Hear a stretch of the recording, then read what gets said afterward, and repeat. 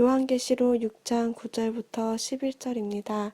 다섯째 인을 떼실 때에 내가 보니 하나님의 말씀과 그들이 가진 증거로 말미암아 죽임을 당한 영혼들이 제단 아래 있어 큰 소리로 불러 이르되 거룩하고 참되신 대주제여 땅에 거하는 자들을 심판하여 우리 피를 갚아주지 아니하시기를 어느 때까지 하시려 하나이까 하니 각각 그들에게 흰 두루마기를 주시며 이르시되 아직 잠시 동안 쉬되 그들의 동무 종들과 형제들도 자기처럼 죽임을 당하여 그 수가 차기까지 하라 하시더라. 아멘. 있는 기도, 이런 제목으로 은혜를 나누려고 합니다. 우리가 일생을 살아가는데 우리의 인생이 성공해야 되거든요. 이 땅에서뿐만 아니라 영원한 하늘나라에서도 성공하는 비결이 뭘까? 우리에게 들려지는 강력의 무기가 있는데 그게 기도라는 거예요. 이 기도가 왜 성공의 비결이 되어질까? 기도할 때 우리는 예수 그리스도의 인격을 우리 안에 이루게 되어지거든요. 또 기도할 때 하늘에 속한 온갖 좋은 선물들, 은사들을 얻을 수가 있는 게 기도예요. 그런데 문제는 이 기도를 어떻게 하는지. 많은 그리스도인들 중에서 놀랍게도 기도의 방법을 모르는 경우가 있어요. 기도를 착각하는 이유가 자기 소원을 이루는 것이다, 이렇게 생각하거든요. 기도에 대해서는 많이 얘기를 하고 기도해야 된다라고 외치는데 정작 본인은 어떻게 기도하는 것이 승리하는 기도인지, 세상을 점령할 수 있는 기도인지를 모르는 경우가 종종 있다는 얘기예요. 오늘 성경 계시록 6장 9절에 보니까 이런 말씀이 나와요. 다섯째 인을 떼실 때에 내가 보니 하나님의 말씀과 그들의 가진 증거로 말미암아 죽임을 당한 영혼들이 제단 아래 있어, 그렇게 나와요. 여기 보니까 죽임을 당한 영혼들이라고 얘기를 해요. 근데 그 영혼들이 어디에 놓여 있냐? 제단 아래 놓여 있었다, 이렇게 얘기를 하거든요. 여기서 이 제단이라는 것은 이스라엘 백성들의 성전에는 두 가지 제단이 있었어요. 하나는 번제단이라는 것과 하나는 금향단, 기도를 상징하는 금향단이거든요. 근데 이 죽임을 당한 영혼들이 어디 와 있냐? 이 금향단. 금향단의 그 아래 있었다는 것은 이 사람들이 승리했다는 거예요. 무엇을 가지고 승리했어요? 기도를 승리했다는 거예요. 분명히 세상에서는 죽임을 당한 거예요. 세상에서는 사람들에 의해서 짓밟히고 때로는 곤고를 많이 겪으면서 죽임을 당했어요. 그 죽임을 당한 이유가 두 가지를 말씀하고 있잖아요. 하나님 말씀과 그들의 증거로 말미암아, 그들에게 있는 증거. 이 하나님 말씀에 의하여 성령이 그들을 지배하고 성령에 의하여 그들이 확증적인 생명을 얻었다는 거예요. 그래서 그 두 가지가 있는 것을 가지고 세상에서는 죽임을 당했지만은 하나님 나라에서는 성공적인 모습으로 세움을 받은 영혼들이 있음을 말씀하고 있어요. 여기에 이 향단이라는 금향단이 나오는데, 제단이라는 향단이 나오고 있는데, 이 제단 아래 있었던 영혼들이 거쳐왔던 과정이 있었다는 얘기예요. 이 기도라는 것은 과정과 기도에 필요한 요소가 무엇이 담겨 있어야 되는지를 성경은 말씀하고 있어요. 이 기도가 승리하는 기도, 하나님 앞에 응답할 수밖에 없는, 하나님께서 응답할 수밖에 없는 기도는 이스라엘 백성들이 광야 생활하면서 저들의 진중앙에 놓여있던 성막을 통해서 우리는 알 수가 있어요. 이스라엘 백성들이 430년 동안 애굽에서 종살이 하다가 광야로 이끌림 맞잖아요. 이 광야라는 데는 길이 없어요. 어느 방향으로 가야 될지, 어디로 가야 될지를 모르는 게 광야예요. 또 광야라는 것은 생존에 필요한 물도 없고 목축업을 할 수도 없고 농사도 지을 수 없어요. 물이 없는 것은 말할 것도 없고요. 그리고 일교차가 엄청나게 커서 낮은 낮대로, 밤은 밤대로 살 수가 없는 곳이 광야예요. 게다가 광야는 여러 가지 독충들, 해충들, 불뱀들 이런 것이 득식을거리는 것이 광야이거든요. 그런 광야에서 자그만치 60만에 해당하는 그 엄청난 수요의 이스라엘 백성들이 40년을 그 신발이 헤하지 않고 의복이 닳지 않고 그들에게 음식이 없어 주림이 없고 물이 없어 가람이 없을 정도로 살아나갈 수 있었던 승리의 비결은 뭘까? 그것이 바로 이스라엘 백성들 진 가운데 펼쳐진 성막이라는 거예요.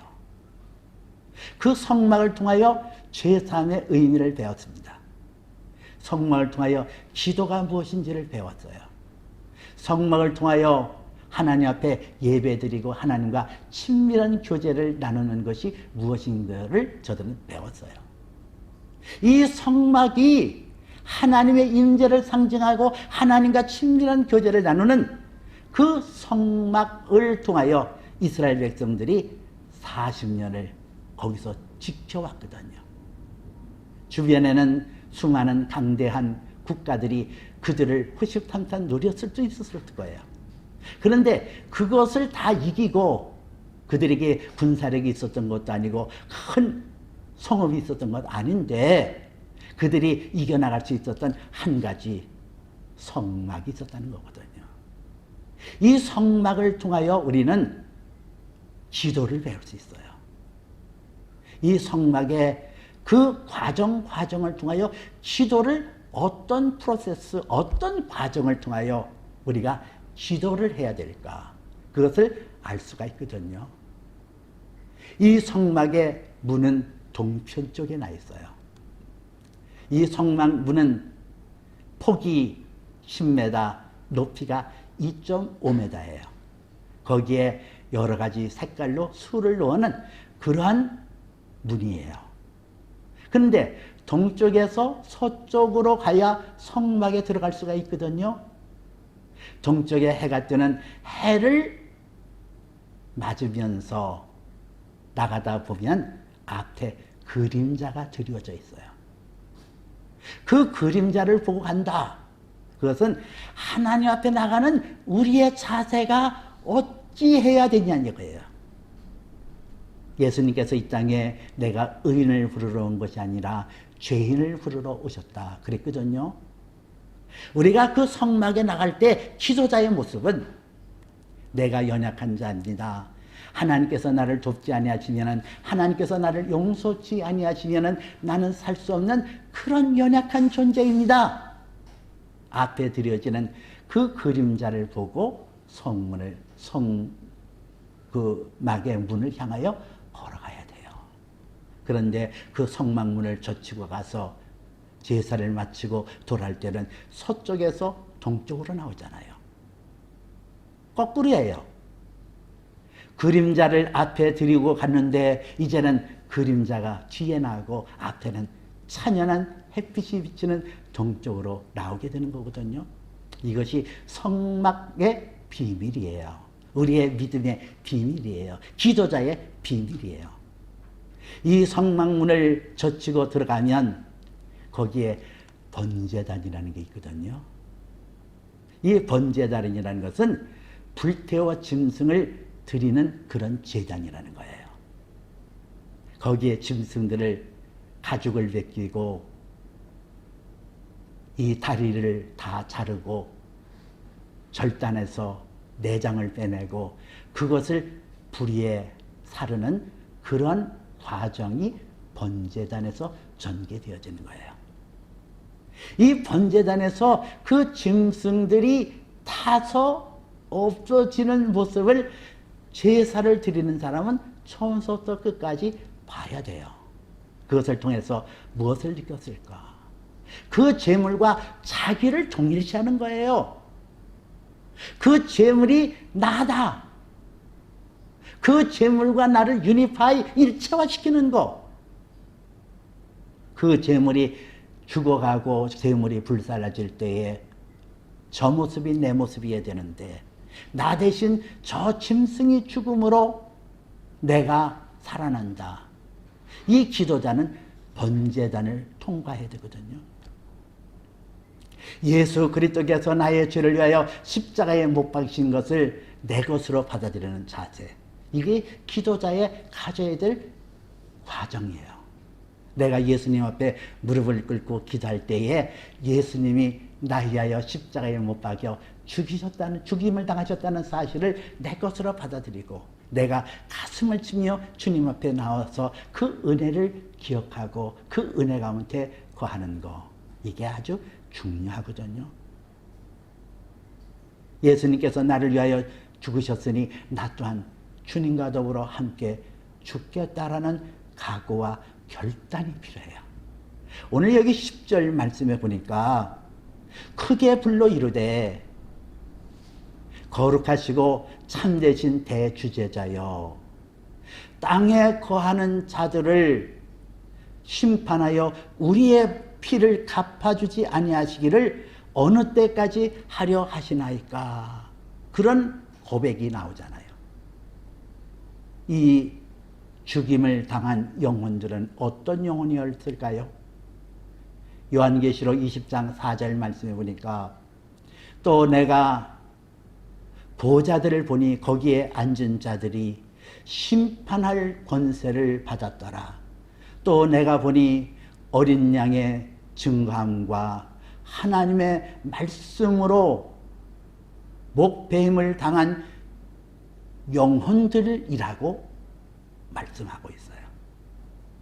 이 영혼들은 예수 그리스도의 증거함과 하나님의 말씀으로 목배임을 당한 순교자를 말하고 있어요. 그 순교자들이 하나님 앞에 하소연하는 거예요. 어느 때까지 저 악한 자들이 저렇게 횡행하고 저렇게 악한 자들이 사람을 죽이고 멸망시키는데 어느 때까지 하나님께서 심판을 미뤄주시겠나이까? 그 내용이거든요. 근데 하나님께서 응답하는 내용이 11절에 나오는데 그 11절이 참 우리로서는 받아들이기 거북한 내용이 나오고 있어요. 11장에서 뭐라고 얘기해요? 각각 그들에게 흰 두루마기를 주시며 이르시되 아직 잠시 동안 쉬되 동무된 종들과 형제들도 자기 갓처럼 죽임을 당하기까지 그 수가 차기까지 하라 하시더라. 참 이게 우리는 받기가 어려운 내용이거든요. 지금 그 요한이 하늘에서 보니까 순교자들이 피 흘려 죽은 순교자들이 지금 이 지상에서 벌어지고 있는 여러 가지 끔찍한 사건을 보면서 아니 언제까지 땅에 거하는 자들에게 심판하여 우리의 피를 갚아주지 아니하시기를 어느 때까지 하려 하시나이까. 그리고 하나님 앞에 막 소리를 지르면서 기도하고 있는데 하나님의 답변은 흰 두루마기를 주시며 저들에게 의를 덧입혔다는 얘기예요. 그리고 말씀하시기를 너의 동무 종들과 형제들도 자기들처럼 죽임을 당하여 그 수가 자기까지 하라 하더라.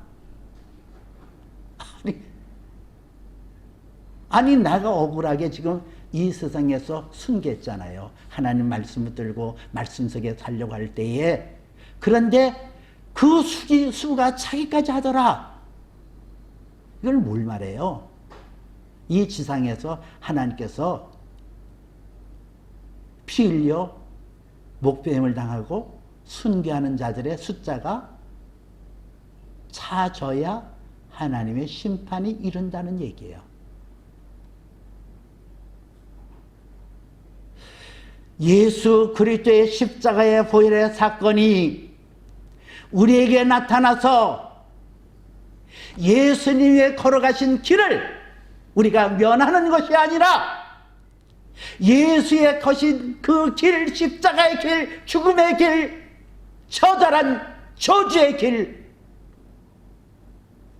그 길을 따라가는 순교자의 수가 차기까지 하라. 성경은 그렇게 말씀하고 있는 거예요. 우리가 신앙생활하면서 기도가 실패하고 신앙이 실패하는 이유가 바로 여기 있는 거예요. 제 목숨을 구원하지 않은 자는 잃을 것이요 제 목숨을 잃고자 하는 자는 얻을 것이라는 말씀대로 십자가를 통하여 내가 구원받고 십자가를 통하여 하늘의 유산을 공급받는데 정작 나는 그 길을 따르려고 안 해요. 예수님만 십자가에 져야 되는 거예요. 아무든지 나를 따르거든 자기를 부인하고 자기의 십자가를 지고 나를 따를 것이니라 말씀하잖아요. 예수님만 걸어가신 것이 아니라 너도 나를 따르라. 이 기도가 예수님의 걸어가신 그 십자가의 길을 나도 걸어가야 되겠다고 할 때 그 기도가 진지한 기도가 되어지고 진실된 기도가 되어지고 하늘 보좌를 움직이는 기도가 되고 응답받는 기도가 되어지는 거예요. 그렇잖아요. 내가 주님 가신 그 길, 십자가의 길, 저주의 길, 세상 사람들의 조롱을 받는 그 길, 그러나 내게는 하나님 말씀이 있고 내게는 그 증거가 확신함으로 내가 그 길을 따라가겠다라고 해서 기도를 한다고 한다면 그 기도가 어찌 정력적인 기도가 될 수 있으며 그 기도가 허공을 치는 기도가 될 수 있겠어요. 예수님의 가신 그 길을 나도 걸어가야 되겠다라는 담대한 결단의 각오를 드리는 기도가 응답할 수밖에 없는 기도가 된다는 사실을 여러분 믿으시길 바랍니다. 예수 그리스도의 보혈의 능력으로 내가 죄사함 받은 것이 번제단에 나타나는 현상이고 그 번제단을 지나면 물두멍이라는 것이 있거든요. 이 물두멍은 맨바닥에서 맨발로 일하는 제사장들의 손과 발을 씻는 그런 물두멍이에요. 이 물두멍의 의미는 뭘까요? 예수님께서 십자가에서 아담 이후로 나오는 모든 원죄를 사하여 주셨거든요. 그런데 오늘 이 세상 속에서 우리 스스로 알지도 못하게 짓는 자범죄가 있어요. 그것마저도 씻김을 받아야 된다는 거예요. 요한복음 13장에 보니까 예수님께서 마지막 만찬을 하시고 제자들의 발을 씻기기 위하여 그 상의를 벗으시고 수건을 두르고 제자들의 발을 씻는데 수제자였던 베드로가 하는 말이 주여 주께서 어찌 내 발을 씻기시나이까? 그리고 거부를 해요. 그럴 때 예수님께서 하시는 말씀이 있어요. 내가 너를 씻기지 아니하면 내게 나와 상관이 없느니라. 예수님께서 그 발을 씻긴다는 것은 이 땅에서 내가 예수 그리스도의 피로 아담으로부터 흘리는 그 모든 원죄는 씻김 받았지만은 우리가 이 땅에서 짓는 그런 사소하고 그런 자기도 모르게 짓는 죄들은 역시 예수의 피로 씻김 받아야 된다는 사실이에요. 우리가 기도에 대해서 또 다른 착각이 있습니다. 기도는 끈질기게 기도하면 응답받을 수 있다라는 사고예요. 근데 성경에서는 거기에 대해서 누가복음 11장에 이런 말씀이 나와요. 어떤 사람이 먼 지방에서 친구 하나가 한밤중에 찾아왔습니다. 이 팔레스타인 지역은 날씨가 낮에는 굉장히 더운 살인적인 도이거든요. 그래서 한밤중에 주로 여행을 했어요. 한밤중에 집을 찾아왔는데 먼 거리에서 오는 바람에 시장한 거예요. 먹을 것이 없어요. 근데 그 친구에게 대접은 해야 되겠는데 집안에 먹을 것이 없어요. 그래서 이웃 친구에게 가서 문을 두드리며 먹을 것을 달라라고 얘기를 합니다. 근데 안에서 들려오는 소리가 이제 가족과 더불어 우리가 함께 잠자리를 누웠더니 내가 너에게 일어나 네가 구하는 것을 줄 수 없다라고 얘기를 해요.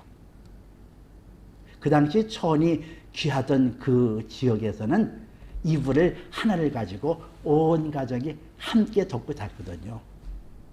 근데 한 사람이 일어나게 되어지면은 다른 사람들이 깨나는 거예요. 그래서 일어날 수 없다고 그래요. 근데 문을 들이밀며 간청합니다. 이거에 대해서 예수께서 말씀하시는 것이 나와요. 내가 너에게 이르노니 법 대응으로는 일어나 그 요구하는 대로 주지 않거니와 너의 그 간청함으로 그가 일어나 네 요구한 대로 주지 않겠느냐, 그런 말씀이 나와요. 여기서 이 간청이라는 것은 내가 뭐 끈질기게 막 달라고 그래서 하는 것이 아니라 이 간청이라는 것은 정당성을 말하고 있거든요. 내 기도에 정당성이 있냐? 내 기도가 정말 하나님의 뜻이냐? 내 말이 너희 안에 거하고 너희가 내 안에 거하면 무엇인지 원하는 줄 구하라 그랬습니까? 이것이 하나님으로부터 나온 것이냐? 하나님의 약속인가? 그 정당성이 있을 때 우리는 뒤로 물러서지 않고 구할 수가 있는 거거든요. 이게 간청기도예요. 이렇게 물두멍을 지나게 되어지면 완벽한 죄사함의 은혜를 받습니다. 그리고 들어가는 것이 성소인데 이 성소에 들어가게 되어지면은 7 금숫대와 진설병상과 금양단이 있어요. 이 7 금숫대라는 것은 성령의 밝은 조명을 말하거든요. 그리고 진설병상은 하나님의 영원하신 말씀을 상징하고 있어요. 우리의 기도가 하나님의 성령으로 말씀이 비춰져서 그 말씀 속에서 하나님의 뜻을 실현하기 위해서 기도해야 된단 말이에요. 내 뜻을 실현하는 것이 기도가 아니라 하나님의 뜻을 깨닫고 그것을 하나님 옆에 구함으로 하나님과 내가 일체화되어지는 은혜를 잊게 되어 있거든요. 성경 마태복음 6장 10절에서는 나라의 임하옵시며 뜻이 하늘에서 이루어진 것처럼 이 땅이 이루어지이다 그러잖아요. 우리의 기도가 하늘에서 뜻이 이루어진 것처럼 이 땅에 이루어지는 간절한 소원을 가지고 해야 돼요. 여러분들 생각에는 그럼 뭐 하나님의 뜻이라고 한다면 하나님께서 뭐 이루시면 되지 꼭 내게 그것을 알리시고 기도하게 할 이유가 뭐가 있냐, 그렇게 생각할 수 있을 거예요. 내가 하나님의 뜻을 깨닫고 기도하는 것은 앞에도 말씀드린 것처럼 예수 그리스도의 인격을 내 안에 이루고 하늘의 신령한 보화와 아름다운 것을 내가 받기 위한 것이거든요. 그리고 기도를 하는 거예요. 지금까지 우리는 성막의 문을 통과해서 번제단에서 예수 그리스도의 십자가의 사건을 우리가 함께 나눴고, 물두멍을 통하여 손과 발을 씻고 성소에 들어가서 성령의 조명을 통하여 하나님의 진리의 말씀을 통하여 우리가 하나님 앞에 그 나라와 그의 의를 위하여 기도해야 응답할 수밖에 없는 기도가 될 수 있다는 것을 말씀드렸어요. 이것이 과정이라고 한다면 기도의 요소가 있거든요. 출애굽기 30장 34절서부터 35절의 말씀에 보니까 여호와께서 모세에게 이르시되 너는 소합향과 나감향과 풍자향의 향품을 가지고 그 향품의 유향을 섞되 같은 수로 같은 무게로 섞고 향을 만드는 법대로 향품을 만들되 그 위에 소금을 쳐서 성결케 하라. 그 말씀이 나와요. 여기에 보니까 소합향이 나오고 나감향이 나오고 풍자향이 나오고 유향이 나오고 소금이 나와요. 이것이 하나님 앞에 드리는 향을 배합하고 만드는 법이거든요. 같은 중량, 같은 무게로, 각기 같은 무게로 이 향을 만들려고 그랬어요.